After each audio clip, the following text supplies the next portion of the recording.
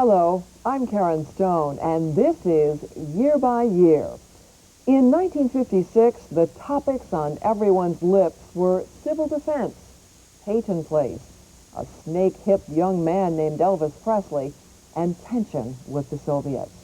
The Cold War was building, and the United States tested the hydrogen bomb on the small island of BIKINI Atoll. At home, people practiced air raid drills and elected Dwight Eisenhower President of the United States in a landslide victory. In the newsreels of 1956, we'll see these stories and more, including the revolution in Hungary and Grace Kelly's fairy tale wedding. Now, Year by Year, 1956.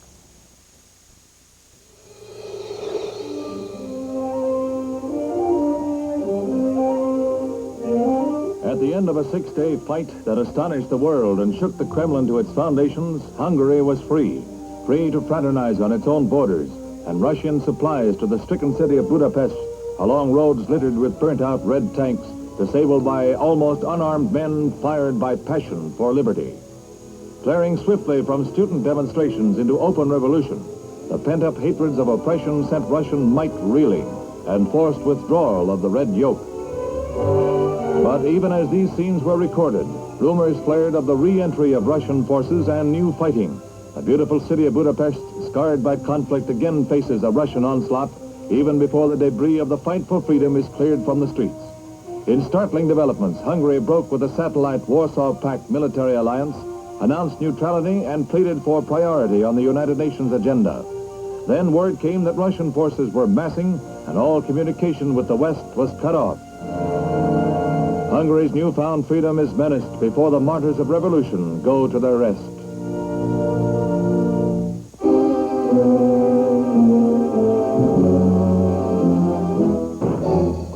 Once again, the threat of flood disaster hovers over Yuba City as the Feather River menaces the levees guarding the town. Unceasing rains create the same conditions that a few short weeks ago submerged the community. Engineers closely watch the rising waters and phone the alarm as the crest rises ever higher. With the situation reaching the crisis stage, weary residents prepare to evacuate for the third time in 6 weeks. Still sodden from the previous flood, citizens who are trying to dry out from the inundation, which cost 34 lives, form a motorcade to take refuge on higher ground. To date, the floods have taken a toll of $179 million in damage. And for storm-battered Northwest, the end is not in sight.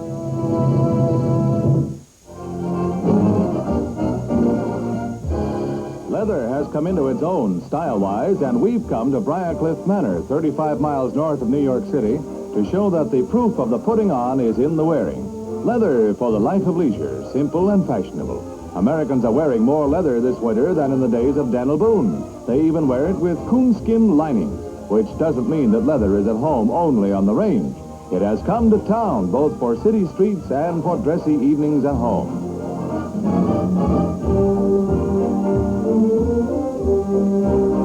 The styles shown were created for Philip Sills by the young designer Bonnie Cashin, who works with leather as a sculptor works with his material, to bring its distinctive qualities into the finished product. From leather-lined boots to hooded coats, a modern miss can select a colorful wardrobe, all in leather, with alluring trim and adornment to fill the feminine wish for something new and different. Heartwarming to any gal also warmed by a roaring fire is this ensemble. Halter of green suede and short skirt of blue suede, done to a turn.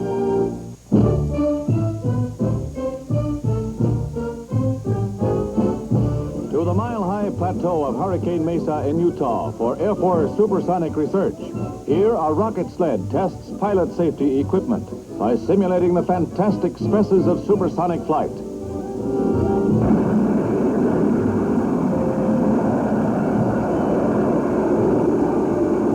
The sled streaks down a 2.5-mile track, gaining velocity steadily.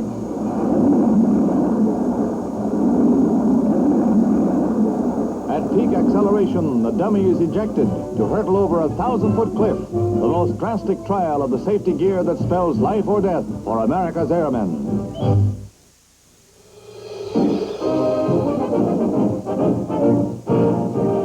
In New York, it's It's the 29th Intercity Golden Gloves Championships, and New Yorkers underdogs against the Chicago Sluggers. In the 126-pound sub-novice bouts, Harlem schoolboy Vince Shomo moves in on Chicagoan Bill Duclos.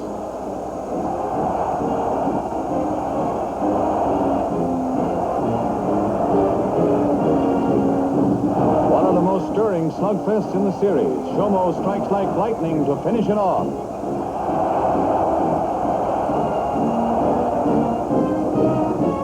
In the 8th bout, New York leads in team points. This is the heavyweight championship. Rugged Johnny Harper, dark trunks, facing southpaw Booker Staton of Chicago.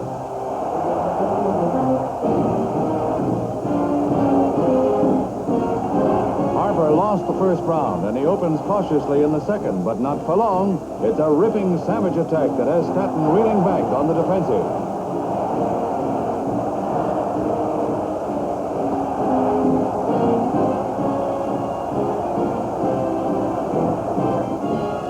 Both glad to hear the bell. Harper wins the crown and New York wins the title.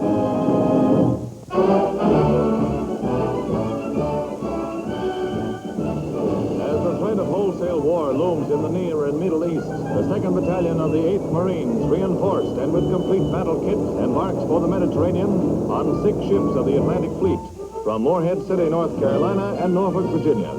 The Leathernecks will augment the manpower of the 6th Fleet, now stationed in the Mediterranean, ready for any emergency.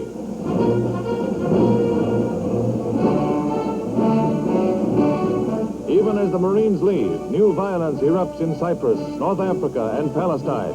And Americans hear President Eisenhower warn that a general war in that area would be a world catastrophe. And as usual, the Marines head for the trouble spot. And Americans hope that they don't have to land. In an ancient ritual, United Press correspondent Robert Baszler is inducted into Buddhism at the famous temple at Phnom Penh. Mr. Baszler had come to cover the coronation of the King of Cambodia. With shaven head and the saffron robes, he kneels before the superior of the monastery. A simple ceremony in the presence of all the members of the pagoda monastery is completed as he kneels facing the superior. He may remain in the order for a day, a year, or his whole life. Actually, he intends to remain a month in an atmosphere of complete austerity and seclusion. At the Pantages Theater in Hollywood, a celebrity-studded crowd gathers for the 28th Academy Awards ceremonies.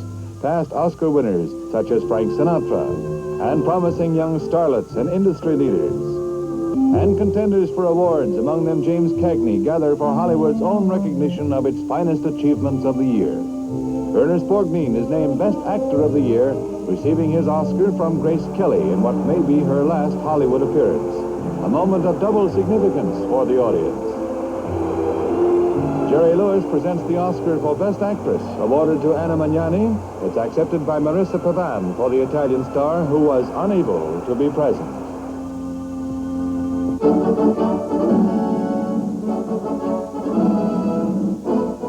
American Sabre jets arrive in Japan for transfer to that nation's small defense force. A major boost in effectiveness for the Nippon Air Force and the beginning of a possibly significant realignment of strength in the Orient. The plane's protective cocoons are stripped and the airframes thoroughly overhauled by United States airmen and Japanese technicians working side by side in preparation for the first flight of these first-line warbirds. Pilots trained by the United States 5th Air Force for the transition from propeller craft are briefed for the flight that catapults Japan into the jet age.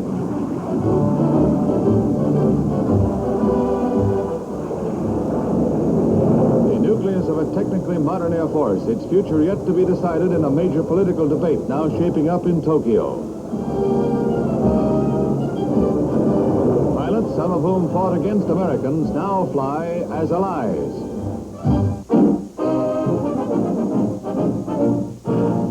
Something new in Motormania debuts at Soldiers Field. This fearless foursome is the Citrix Group, famous in Britain but appearing here for the first time. There's a lot of, you might say, reverse English to their stunts.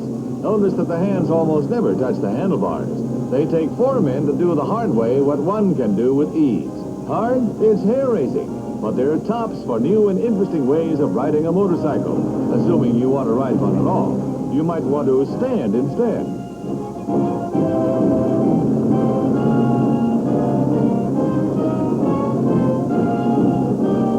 He'll take the low road.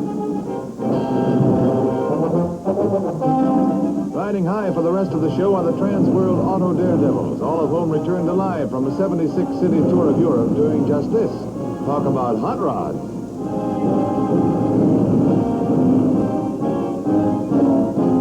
That car was new. Here's what they do to the old ones.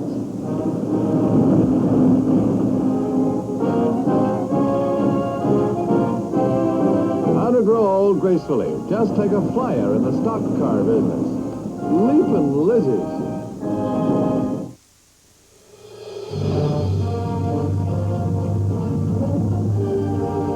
Egypt's President Nasser rejects the Western bid to attend the Suez Conference in London and receives the solid backing of the Arab world in his seizure of the key waterway. But an Egyptian observer is dispatched to London, where 22 nations are meeting. India's Krishna Menon is one of the prominent diplomatic troubleshooters present, representing neutral interests, as are, technically at least, members of a huge delegation from Moscow, headed by Russian Foreign Minister Shepilov. Only Greece and Egypt of the nations invited refused to take part. Even as the talks get underway, England's latest luxury airliner is drafted for a huge airlift of troops to Near Eastern bases. But Secretary of State Dulles' proposal that Egyptian ownership of the Suez be recognized in return for international control was a major concession by the West that raised hopes for a peaceful settlement of this explosive issue. When Year by Year returns, Don Larson pitches his way into baseball history and what was new in 1956. Introduced to Miss Clairol, transistorized computers, and Midas mufflers. In an epic 7-game struggle, arch foes the Yankees and Dodgers battle for the World Series crown. Mickey Mantle climaxed the season in which he won the triple batting crown, while Yankee bad boy Don Larson made history in the 5th contest with the first no-hitter and perfect game in World Series history. One of the great thrills of the year, a year of enduring sports achievements everywhere, from Don Larson in Yankee Stadium to Australia.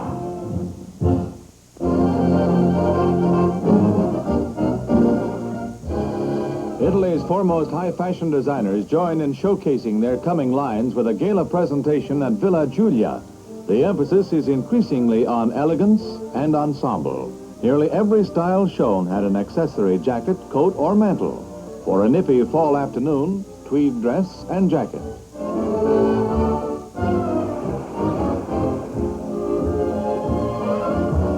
And for the evening, the designer calls this Iceberg. Cool blue silk dress, neatly belted, and over it a striking redingote in green silk. Like an iceberg, impressive on sight, and a lot beneath the surface. Imperia, true to its name, dominates an aristocratic group. White lace dress, black velvet mantle, fit for an empress. Caterina de' Medici, black velvet that recalls Renaissance grandeur. And the high point of the collection, Eleonora Garnett's embroidered evening dress. It's called Notte Splendente, Night of Splendor, both a promise and an understatement.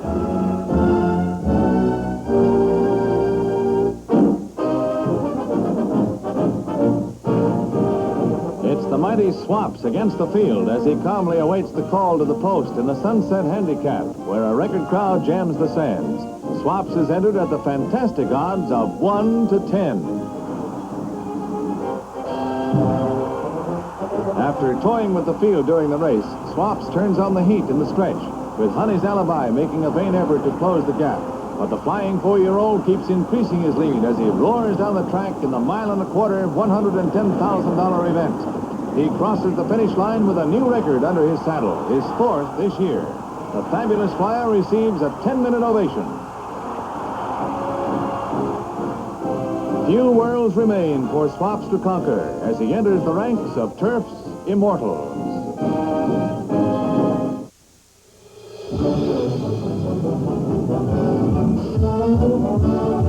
Tension mounts around Convention Hall in Chicago as nomination time approaches and delegates stream in for the big session. Again, Adlai Stevenson is the man of the hour, as banner headlines proclaim his imminent nomination as the Democratic standard-bearer for 1956. Inside the hall, more than 1,000 delegates prepare for the climactic moment when they will make their selection. New York's big delegation backs Governor Harriman's unsuccessful bid. And among them is that veteran of many conventions, former Postmaster Big Jim Farley.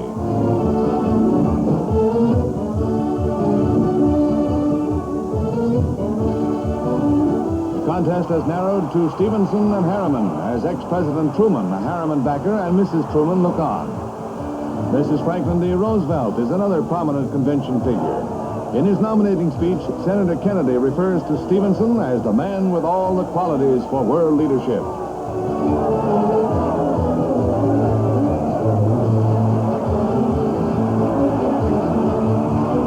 The Democrats have made their choice, and as it was 4 years ago, it is Adlai Stevenson who promises a fighting, vigorous campaign for election.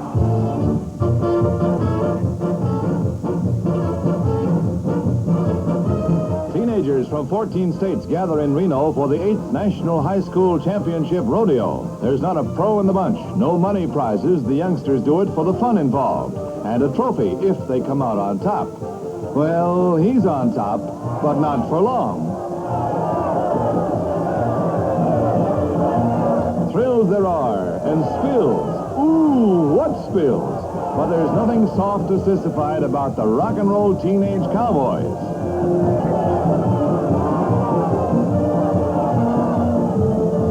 My head. Top or bottom, there's a lot more bruised than just a young man's dignity. Win or lose, the resilient youngsters carry on in the finest tradition of the Old West.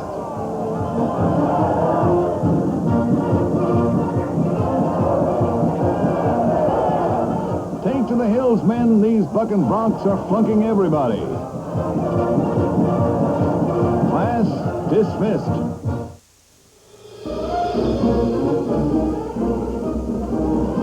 The climax of the Republican convention in San Francisco is reached with the arrival of President and Mrs. Eisenhower. They are greeted at their hotel by a wildly cheering crowd. Many had waited all day for a glimpse of the chief executive, who arrived a day earlier than planned.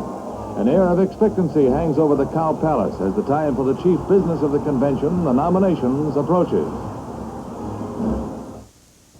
I now place in nomination as the candidate of the Republican Party for President of the United States the name of the most widely beloved, the most universally respected, the most profoundly dedicated man of our time, Dwight David Eisenhower.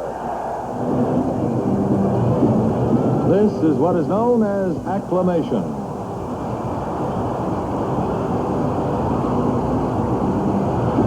The President's nomination is followed shortly by that of Richard Nixon as his running mate.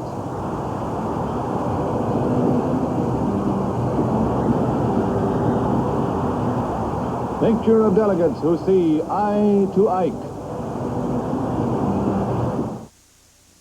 Still to come on Year by Year, Ike takes the country by storm in the election of 1956, and more front page news.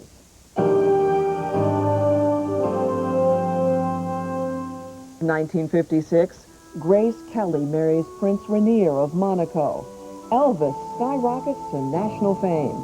And Khrushchev denounces Stalin in the Soviet Union.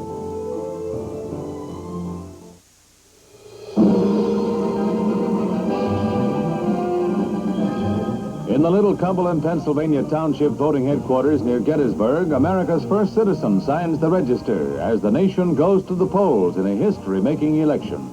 Together with the First Lady, the President is among the early voters. His Democratic opponent, Adlai Stevenson, with son Borden, arrives at Half-Day, Illinois, to cast his ballot. At the four corners of the nation, democracy is at work, as voters flock to the polls in unprecedented numbers. As evening returns come in, the trend is unmistakable. It's Eisenhower by a landslide with 457 electoral votes to 74 for Stevenson, and a 9 million vote plurality. At the annual annual Farnborough Air Show, Britain makes a new bid for aviation leadership after years of lagging production and disappointed hopes. An impressive array of new types are shown, and high-ranking Russian officers are among the observers shopping at the show window of British air power.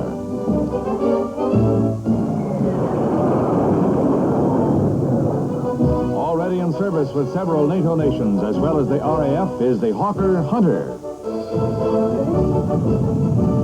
Here it is fitted with the Fire Flash, Britain's first air-to-air missile. But the Hunter can carry a wide assortment of guns, cannon, and rockets. Adaptable to meet many combat situations, it's a fast and deadly fighter bomber.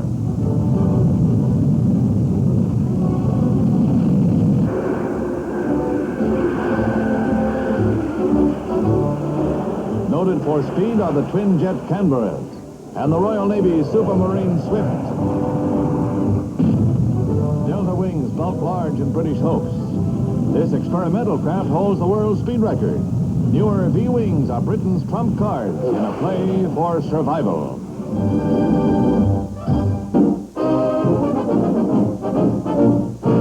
Seattle University plays host to judo wrestlers from many states as well as Hawaii, assembled in ceremonial garb for the 4th U.S. Judo Championships. The coveted black belt, symbol of the expert, is proudly worn by top-ranking competitors in the ancient sport of Japan. Now sanctioned by the AAU, judo is more and more popular in this country. Uniforms, customs, rules, and commands originating in Japan are retained. Judo is a way of life, besides being an effective way to defend oneself. And like baseball, a grand slam is also effective. The Air Force, which regards judo highly, has 2 teams entered in the slam bang tournament. The ceremonial shirt takes a beating, along with the guy who's wearing it. Now it's his turn, so it would seem. But it's deadly serious, and the fans love it, right down to the oriental bows and handshakes between victor and vanquished. The Chicago team wins national honors. Judo champions.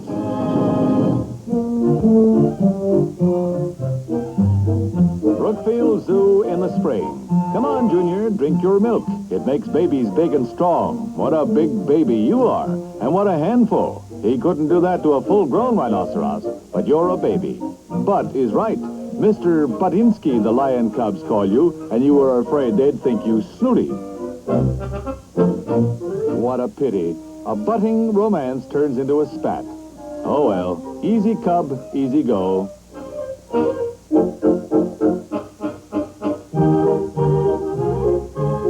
Grandpappy Porker has his nose up in the air, but he's not snooty, just snouty.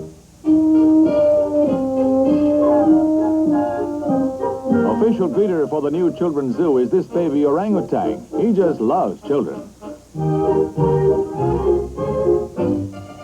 Children love him too, but he's just wild about himself.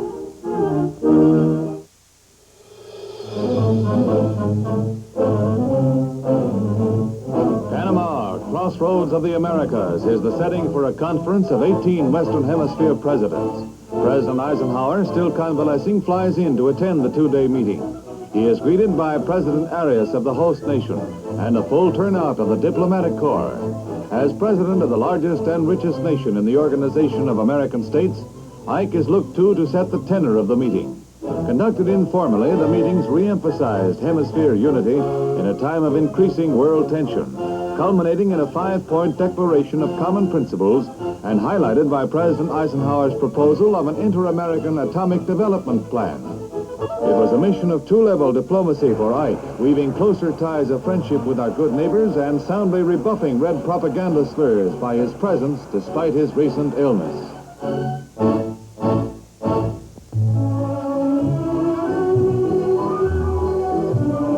As the year opened, interest focused on the Winter Olympics at Cortina d'Ampezzo. Hayes Allen Jenkins gave a stylish performance on the ice to win a gold medal, followed up in the women's division by Tenley Albright. Still in extreme pain from a recent leg injury, she showed courage to match her gracefulness. A real champion. America swept the artistic event, but on the alpine slopes, it was another story. Olympic ski birds tested their mettle on one of Europe's toughest, trickiest downhill courses. Austria's Tony Seiler won the slalom, giant slalom, and the downhill too. Olympic skiing's first Grand Slam. Track and field history was made in Los Angeles Coliseum. Australia's John Landy made his American debut and was upset by fellow Aussie Jim Bailey in a sensational race, the first 4-minute mile run in the United States. Later, 19-year-old Charlie Dumas cleared the 7-foot mark in the high jump, a long-sought feat comparable to the first 4-minute mile. Olympic diving tryouts were a treat for connoisseurs of the graceful. Pat McCormick took top spot and went on to win in Melbourne. Barbara Sue Gilders took second place. And third among the curvesome contenders was Jean Stunier. High-diving mermaids, and pretty. Mermaids on the move in the women's AAU meet at Tyler, Texas. In the butterfly, a new record set by Shelley Mann, who went on to an Olympic victory. Still to come on Year by Year, civil defense tests and the H-bomb. It's time to duck and cover.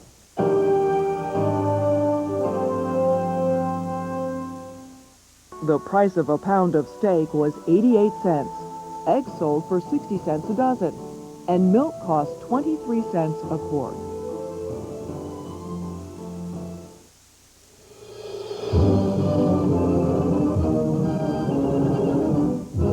Once again, Bikini Atoll becomes the scene of the most dramatic nuclear explosion of all. For days, the target center and observation posts buzz with activity as weather planes circle the entire blast area, waiting for the most ideal conditions that will prevent disastrous radioactive fallout, the most difficult problem that must be solved in the Titanic blast. Wheels for the gigantic test are now in motion, and the seconds tick off.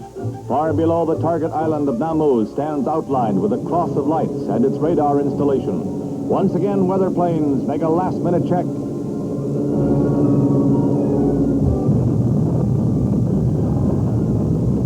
A brilliance of 500 suns lights hundreds of miles of the Pacific, and the force of 1 million tons of TNT is released.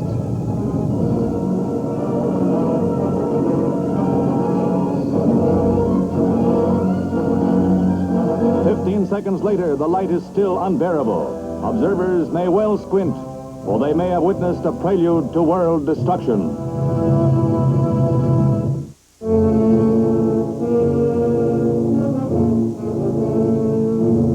The most rigorous test of America's civil defenses is coordinated from this Washington Nerve Center, a simulated hydrogen bomb attack that strikes at 75 key targets from coast to coast. Here, every phase is followed as if the attack were real. In the cities, police and civil defense teams clear the streets. Meanwhile, from the Pentagon and other key points, top defense figures are airlifted to secret control centers, where they would direct America's defense and counterattack. 10,000 federal employees were evacuated from the nation's capital. It was only the beginning of a 5-day study, a searching scrutiny of how America would fare. It was estimated over 4 million would have died in New York City. No estimates were given for the rest of the country. But the grim arithmetic took on new impact for all who took part in Operation Alert.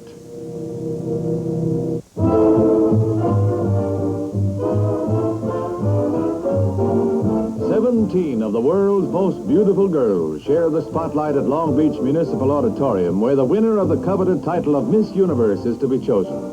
From Argentina through Venezuela, from Iceland through Ecuador, there's a truly international array of beauty here, vying for fame in the 5th annual Miss Universe competition.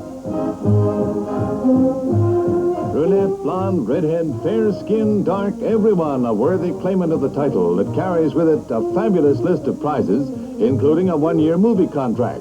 Miss USA, Carol Morris, is the chosen one. The second time in the history of the contest an American girl has won. Last year's winner, Hillevi Rombin of Sweden, crowns Miss Universe 1957. The daughter of an Iowa minister, a Drake University swimming champion, dark brown hair, blue eyes, proportions 36, 25, 36, and 5 feet 7 inches tall. She stands on the threshold of fame and fortune. In auto Racing, Indianapolis staged the big show this year as usual with the 500-mile Memorial Day Classic. 33 cars started, but a chilling series of accidents knocked 12 from the race, luckily without loss of life. The winner, Pat Flaherty, red-headed and lucky. Mayhem on wheels marred Europe's motorcycle season. Tragedy struck at Vienna when Austria raced Poland. 20,000 horrified fans saw one daredevil's luck run out.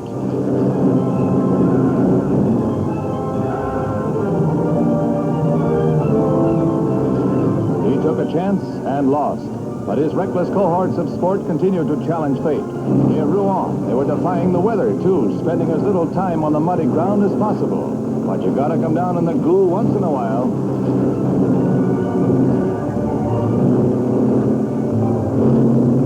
What a soggy, boggy affair. Something only a mudder could love.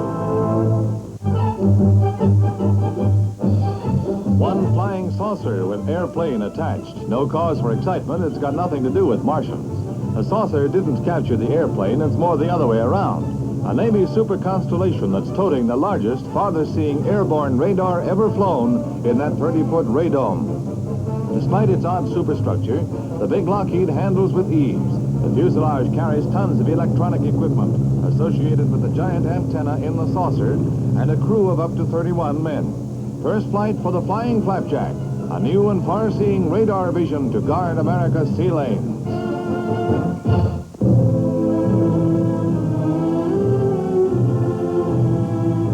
The Suez Canal, storm center of controversy for weeks, now becomes a cause of war in a lightning sequence of diplomatic and military moves. Since its seizure and nationalization by President Nasser of Egypt, the vital waterway has precipitated a new crisis in the already tense Middle East. Crack French units are embarked at Marseille, bound for a joint staging area with Great Britain on Cyprus. Less than an hour's flight from Egyptian ports, where they are prepared for seizure of the canal by force. Simultaneously, Britain reinforces its garrison on the island for the same eventuality. A naval concentration in the eastern Mediterranean strengthens the military buildup, even as Israel, in a lightning attack, thrusts deep into Egypt to the vicinity of the canal. France and Britain issue a 12-hour ultimatum that all fighting must cease. Within hours of its expiration, Britain's warplanes are winging their way to Egypt, and its bombers attack 5 key cities, including Cairo.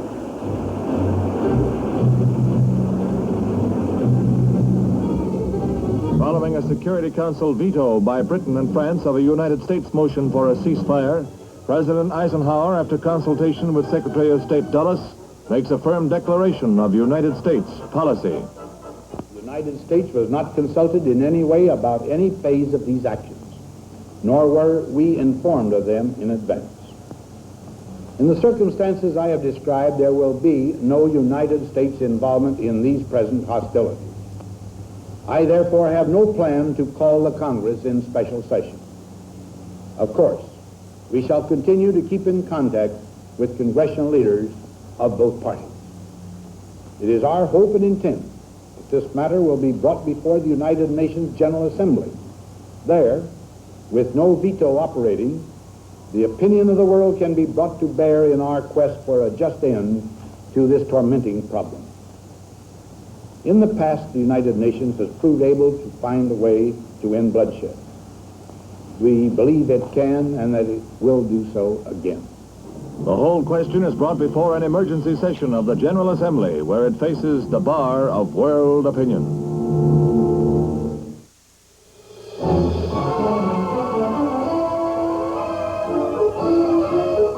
This is the death of liberty in Budapest. Encircled by units from 15 Red Armored divisions that have poured into Hungary, patriots fight to the last ditch as they attempt to eradicate hated Soviet books and flags before being ground under the iron heel of Russian juggernauts or being exiled into Siberia. While there is still time, thousands, both military and civilians, stream toward the Austrian border and the freedom they have bought so dearly.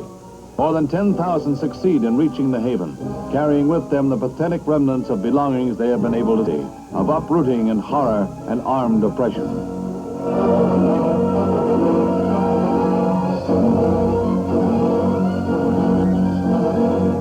The avenue to freedom is brief, As night descends on liberty behind the Iron Curtain, a ring of red tanks blocks the last road to safety.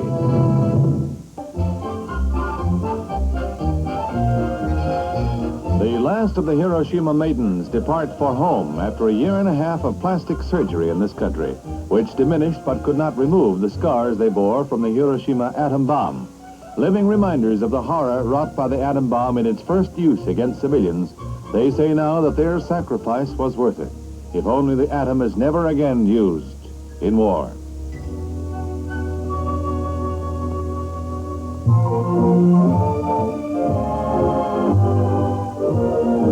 Right up to the minute, both in transportation and in dress, the first ski birds of the season migrate to the Bear Mountain Inn, hopeful of snow. There is no snow in New York, but that's snow, never mind, because the emphasis right now is on fashions. They're all dressed for snow in their white stag ensembles for winter sportswear, colorful outfits that will light up any festive occasion. They call them toe jackets, washable poplin, water repellent with little trimmings of fur to warm a womanly heart. The well-dressed ski instructor gives a loud hurrah for zipper pockets in his handsomely striped jacket. They help, and help is the word, whatever the interpretation. For skating, this ensemble gets a big vote. Corduroy pants topped by a sweater adorned with a gay scarf in matching hues. Yep, Jack Frost is calling. At last, the truth about flying saucers. They're real, just as real as Santa Claus, that's what. And we've got 10,000 Allentown youngsters to back us up. They greeted old St. Nick as he made his first 1956 appearance. Santa greets his greeters with gifts and a gala party, as is his custom. The flying saucer carries lots more Christmas cargo than reindeer. Where are the reindeer? Why, back at the North Pole, honey. But don't you cry. Santa is still Santa. Christmas is still Christmas. And kids are still kids. 100 Hungarian refugees are welcomed by Governor and Mrs. Goodwin Knight as they arrive at International Airport for resettlement in the Bay Area. As the first contingent arrives on the West Coast, the welcome is especially warm for the fugitives who escaped with little more than their lives. Mrs. Knight is particularly touched by the plight of the children and displaced mothers. Some only recently in the center of Hungary's drab brutality are overcome at the sight of friendly faces and the unfolding arms of America.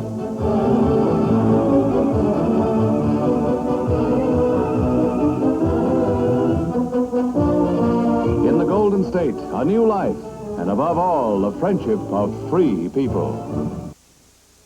It's not news when good neighbors go golfing. It is when they're heads of good neighbor nations. President Eisenhower and Prime Minister Saint Laurent of Canada tee off for a friendly round at the Augusta National Club in a foursome which includes the Prime Minister's daughter and Ed Dudley, Club Pro.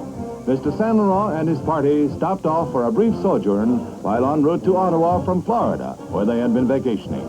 Ike had a better score than his distinguished guest, but in team play, they came out even. And the trip around, well, that was a breeze.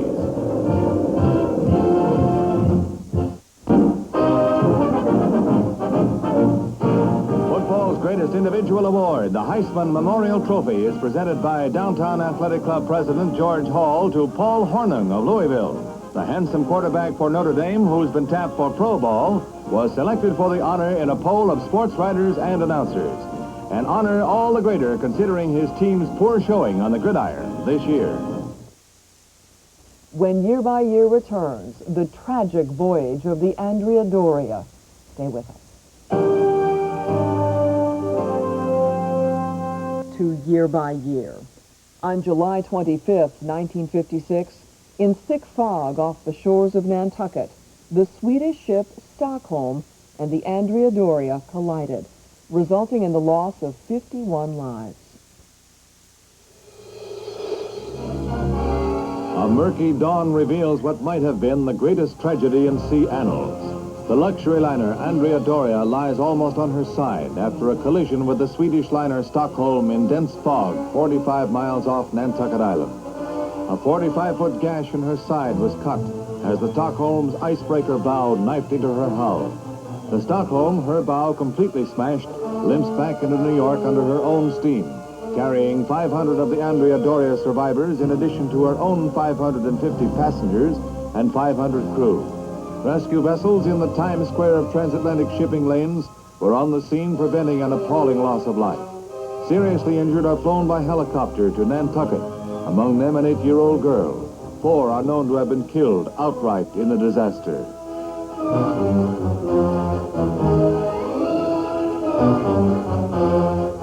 It is the beginning of the end for the 29,000-ton vessel, which cost $29 million to build, as the water is strewn with the belongings of her 1,134 passengers. 11 hours after the tragedy, the proud liner is nearing her final moments as a Coast Guard cutter stands helplessly by. Going down with the Andrea Doria are examples of modern Italian art worth $1 million by themselves. As though reluctant to die, she lies awash for minutes before the death blow is dealt. At last, the inexorable sea claims a gallant ship. Meanwhile, into New York Harbor steams the Ile-de-France with 758 survivors after heroic rescue work in the night and darkness. Many of the victims were separated from families during rescue operations by 5 ships, but this large family group was lucky and remained together.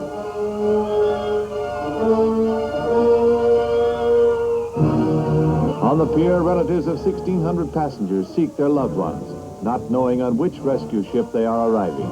Indeed, a miracle, with 2,500 persons cheating the sea of its prey.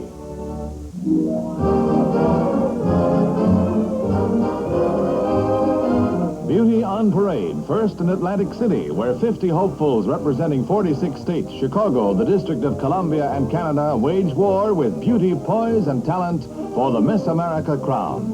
Also at stake is a year-long tour of personal appearances, many thousands of dollars, and a college scholarship. The field is narrowed down first to 10 semifinalists and then to 5 finalists, as the judges seek that elusive combination of looks and talent that will mark the one. From 50 to 10 to 5, and now, one and only. She's 19-year-old Marion Ann McKnight of South Carolina, embraced and then crowned by last year's beauty queen. Here starts a busy year for a blonde and bright belle from Dixie, the new Miss America. Beauty has its educational aspects, too, as demonstrated at Asbury Park, New Jersey. College queens vying for the national title. Judging from all the consternation, anatomy is not a dull course at school. It can be quite inspiring. Betty Coed is up to date, and the judges are up to snuff when they say, the winner is Marilyn Meyer from Texas, who says, who, me? Yes, honey, you're learning fast. Ain't education wonderful?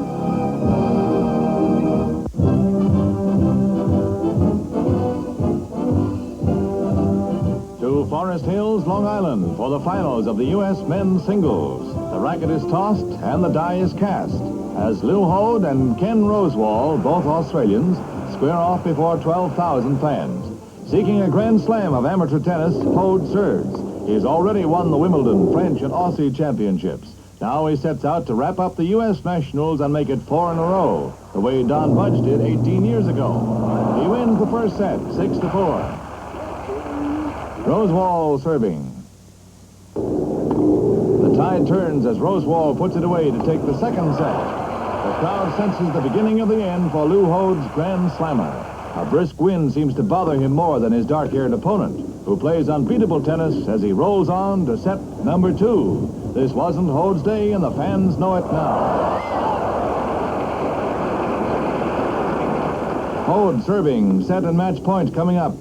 Lou can't get it back, and Rosewall's racket describes a victory arch. Lou Hode missed his Grand Slam, and Ken Rosewall is the new U.S. singles champ. In the world of golf, a thrilling final hole marked the Masters at Augusta. Well-liked amateur Ken Venturi led by 8 strokes going into the final round, but collapsed as rival Jack Burke climaxed a great rally to hole out 1 stroke up to win the title and $6,000. For Jack Burke, the green coat of victory. In the National Amateur Tourney at Lake Forest, defending title holder Harvey Ward holed out 5-4 to become the first 2-time amateur champ in 21 years.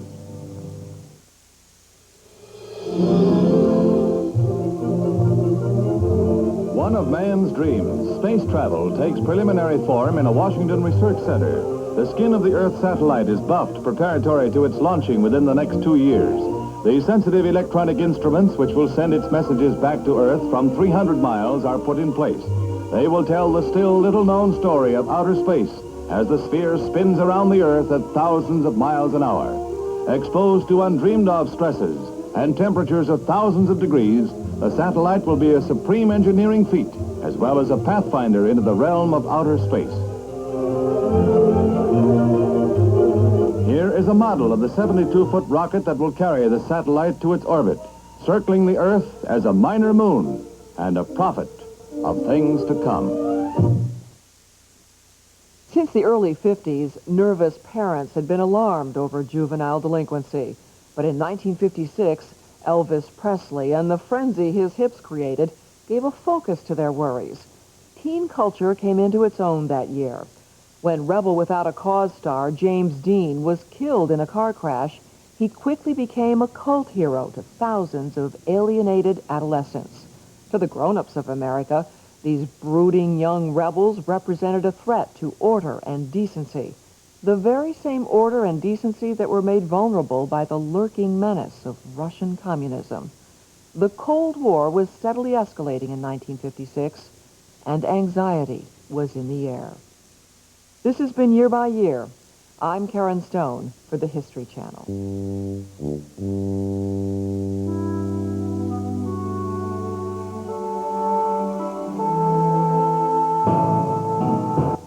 Hello, I'm Roger Mudd. Join me Sunday nights for the best documentaries and movies that history has to offer.